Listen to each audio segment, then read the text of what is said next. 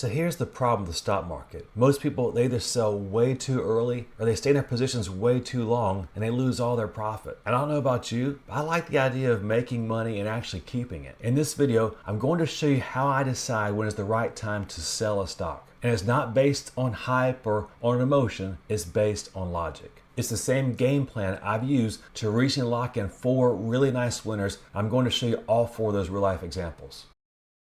Here's how I think about buying and selling companies. I think about it kind of like the weather. With the weather in most parts of the world, there's 4 seasons. Now some will have a lot shorter seasons and others will have longer. If you're close to the equator, well, you probably only have one big season, which is summer. But let's play along with this. I like to think about investing kind of like the seasons. There's typically 4 of them. You have spring, summer, fall, and winter. So first you have the value season, which we'll call that value spring. During that time, that's when stocks are undervalued. Maybe they're trading at historically low prices. Seems like nobody wants them. Everybody hates those companies. They're the worst companies in the world. Well, if the fundamentals are still very strong, that's when I like buying those undervalued companies. And if you're dealing with a very strong fundamental company, even if the prices are way beaten down, what follows spring? Well, it's value summer. What happens during value summer? Well, we all know what happens in summer. Things heat up. That means the stock is starting to get discovered. People start buying it. Maybe some big institutions start buying it. And as a result, we see the stock price starting to go up, and you're going to see this in a chart in just a minute. I'm actually going to show this to you in 4 charts with the 4 examples that I've recently closed out. So in the value summer part of the season, other people start buying. The thing is, you've already bought it back in value spring. So you're just riding that wave up, and you're going to see how that works in just a minute. And then we get to value fall. And that's when things start to change. You see, the prime time to own this stock is starting to come to an end.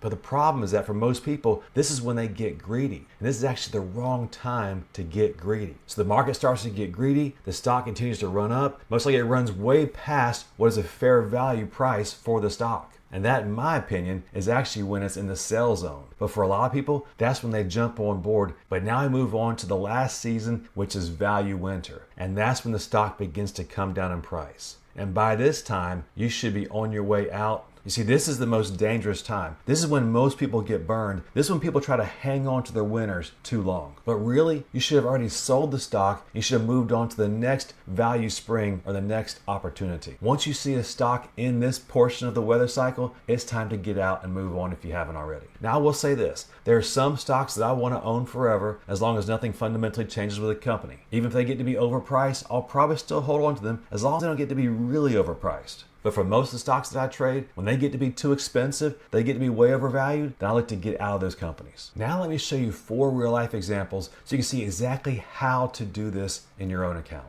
The first position I'm going to share with you is a stock that I was in for several years. It's ticker symbol CAH. Notice that before I sold the stock, I had a really nice gain. I was up right at 185% over the previous several years. Here's what the weekly chart looked like during the time frame I was accumulating these shares up to the time whenever I sold these shares, which was just a week or so ago. So notice back in this area in here, back in 2022, this is approximately the time that I was accumulating these shares. So why was I buying these shares? Well, fundamentally, the company was still doing really good. It's a very solid, consistently profitable, mature company. The problem is that it was trading at a pretty low price. You see, the market hated it. Does that sound kind of like value spring? Well, I thought it was value spring, so I started accumulating some shares of CAH. And I have some notes for you here. As you saw in that previous slide, the average price I owned these shares at was $57.48 per share. During that time, the average P to E was about 11. And when I did my research, I realized that the average P to E of CAH was about 14. So in my opinion, Cardinal Health was undervalued at this point. That's why I began collecting some shares. And notice that for a while, nothing really happened with Cardinal Health. It kind of traded sideways. It drifted up a little bit, but no real big moves. And that went on actually for several years. Yes, there was some nice gains, but not explosive gains. Fast forward about 2 years and notice what happened. CAH was trading for about $95 per share. Then it had an explosive move. In a matter of less than 1 year, it went up over 76%. So here we have value spring. Here we have value summer where the market's starting to realize, this company might be undervalued. And now we're getting into value fall. The price is getting expensive. In my opinion, too expensive. Remember, I bought it at an 11 P to E. And the average P to E over its lifetime is about a 14 P to E. Now that can change if all of a sudden the company begins to go through a high growth phase. But with CAH, that really wasn't the case. Now in this video, I'm only going to share with you P to E's, but notice there's other things that I watch whenever I look to buy and sell a company. Here's kind of a list of my important ones. I'll look at the adjusted operating earnings, the basic earnings, the diluted earnings, the operating cash flow, free cash flow equity, then EBITDA, EBIT, as well as sales. All those things are important to me when I'm trying to decide if a company is undervalued or overvalued. But for simplicity's sake and to keep this video shorter, I'm only going to focus on P/E. So we've been in this position for several years, getting close to 3 years. But notice that on June 28th of 2025, the stock really got overheated. Even though it typically trades at a 14 P/E over its life, at this point it was trading at a 20 P/E. To me, it's time to look to get out. We're definitely in value summer and we're really entering into fall. So the best days of this stock's price to me are probably over. Now, over my life of trading, I've made a very common mistake, and you've probably done the same thing. I've sold stocks too early. I had a target price and I set a limit price to sell at that price. Then the stock blew right past it and I could have accumulated more cash. What I do now in these positions is I set a trailing percent stop loss. The way I do that is I look at how much the stock tends to move in its waves. What is the distance between the high part of its channel and the low part of its channel? See, I want to ride that channel up as long as the stock continues to go up. That's exactly what I did with Cardinal Health. Here you see a snapshot of the alert that I sent to my patrons when I placed this trailing stop percentage order. So we scroll all the way down here to CAH and notice this right here, and I set that percentage trailing stop. That allowed me to continue benefiting if the stock continued to go up in price, but once it leveled out and then had a drop, a percentage drop that I set intentionally, then I would exit the position. That's exactly what happened as you see here on August 7th. I sold my shares of CAH at $151.88. And since that time, CAH has come down some, but honestly, I really don't care. I sold it at a very high valuation. I look to go back in once the valuation comes way back down. If I miss an opportunity for the stock to keep going up, I'm okay with that because I'd rather go into a new position that I believe is currently undervalued. And actually, see, in that same day, I did just that. I bought some shares of OTEX. That's one of the approximately 20 companies I've been buying over the past couple of months because I believe it's very undervalued right now. The problem with this right here, though, selling these shares, that can be a challenge. Because some people think, well, I'm gonna miss out on this great opportunity. Or maybe you tell your friends, hey, I'm up 185% on the stock. Do you think I should get out? And they're like, no, ride that thing to the ends of the earth. But the reality is, if a company is overvalued, in my opinion, it's time to be careful. And yes, continue riding it with that trailing percentage stop loss, but don't just blindly ride that train. You see, that's the difference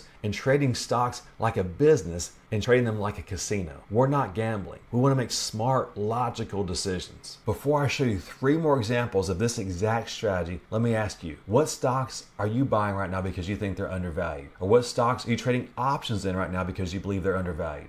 Here you see one of mine, OTEX. What about you? Let me know down in the comment section below. I'm going to go more quickly with these final 3 examples, but I want you to see how you can do this over and over and over again and how I'm doing it right now. So here you see another really good, solid company, in my opinion. It's CME, the CME Group. Notice back in here between December of 2022 and February of 23, I began to accumulate some shares of CME. Now, it typically has a higher P/E, and I wasn't just looking at P/E, I was looking at all those other metrics as well, but for this video, we'll focus on P/E. So we were buying it down this area down here. Wherever you see these yellow arrows, that's actually the days that I was buying some CME. It was trading for about a 21.5 P/E. But fast forward through value summer and now into value fall, and notice what had happened. The stock was up over 48% in about 2.5 years. As a result, I was able to achieve a 65% total return, which is about a 25% annualized return on the average day that I bought these shares. But the same thing happened. It began to get expensive. Notice this P/E was at 25. So what did I do? Well, I set another percentage trailing stop loss order. Once it became overvalued in my mind, I set that order and just forgot about it. But fast forward to August 18th, as you see here, my trailing percent stop loss order got filled and I sold those shares at $270.87 per share. Let me give you 2 more because I want you to see how this works over and over again. And these are just the ones I've closed out in the past several weeks. So here we have eBay, probably a company that all of you are very familiar with. Into August of 2024, I was buying shares of eBay because I believe it was undervalued. So the average share price I bought it at was $44.81 per share. And after I checked all those other metrics, I felt comfortable accumulating these shares. So that's what I did. No one was really buying the stock right in here, but from here on out, I began to get into value summer. So I didn't really want to accumulate any more shares because I thought the price was starting to get a little more expensive. Fast forward to value summer area in this area right in here, and then it really began to take off over the past month.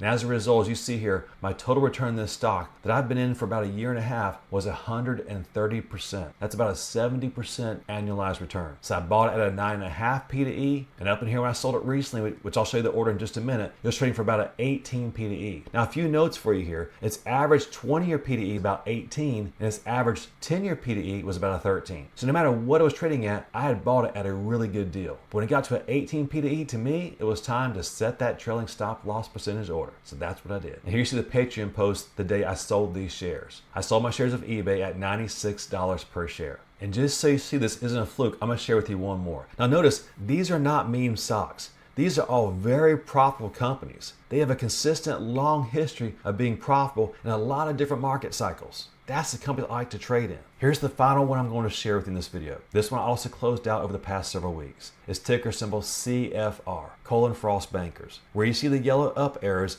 that's where I was accumulating shares. During that time, in late 23 and early 24, it's trading for around an 11 P to E. Remember what this is called? What season is this? This is value spring. Then we start getting into value summer. The prices start going up and they come back down, looking for opportunities here, but we're in value summer. We're easing into fall. Fast forward to July 31st, and with CFR trading for around a 14.5 P to E, I set my trailing stop loss order. In all, I realized a total return of 45% and an annualized return of around 28%. And again, here you see the alert I sent to my patrons. I sold these shares for $133 per share and 29 cents on July 31st. So you've seen that it can be done, but actually, how do you do it? Well, here's a quick checklist for you. Don't think in terms of stock price target. Think in terms of fundamental value zones. When stocks are undervalued, if nothing has really changed fundamentally, the price is just really beaten down, that's your entry time. Then when they get into that fair value territory, that's possibly a time to sell or possibly a time to hold to see if it'll still keep going up in price.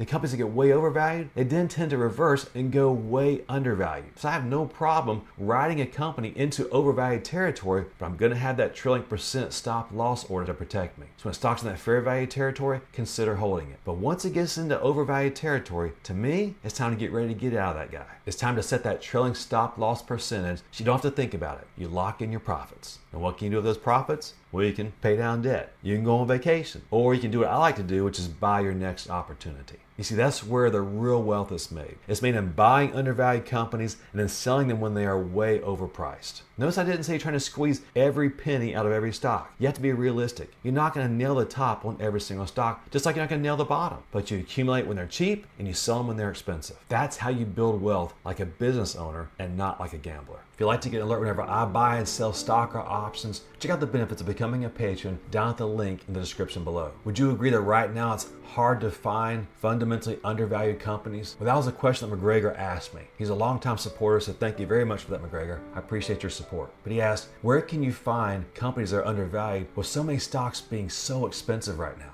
If you want to see how I find my opportunities, check out the video at the link above and the description below entitled The Secret to Making Money from Stocks. Until next time, happy investing, and we'll see you again soon.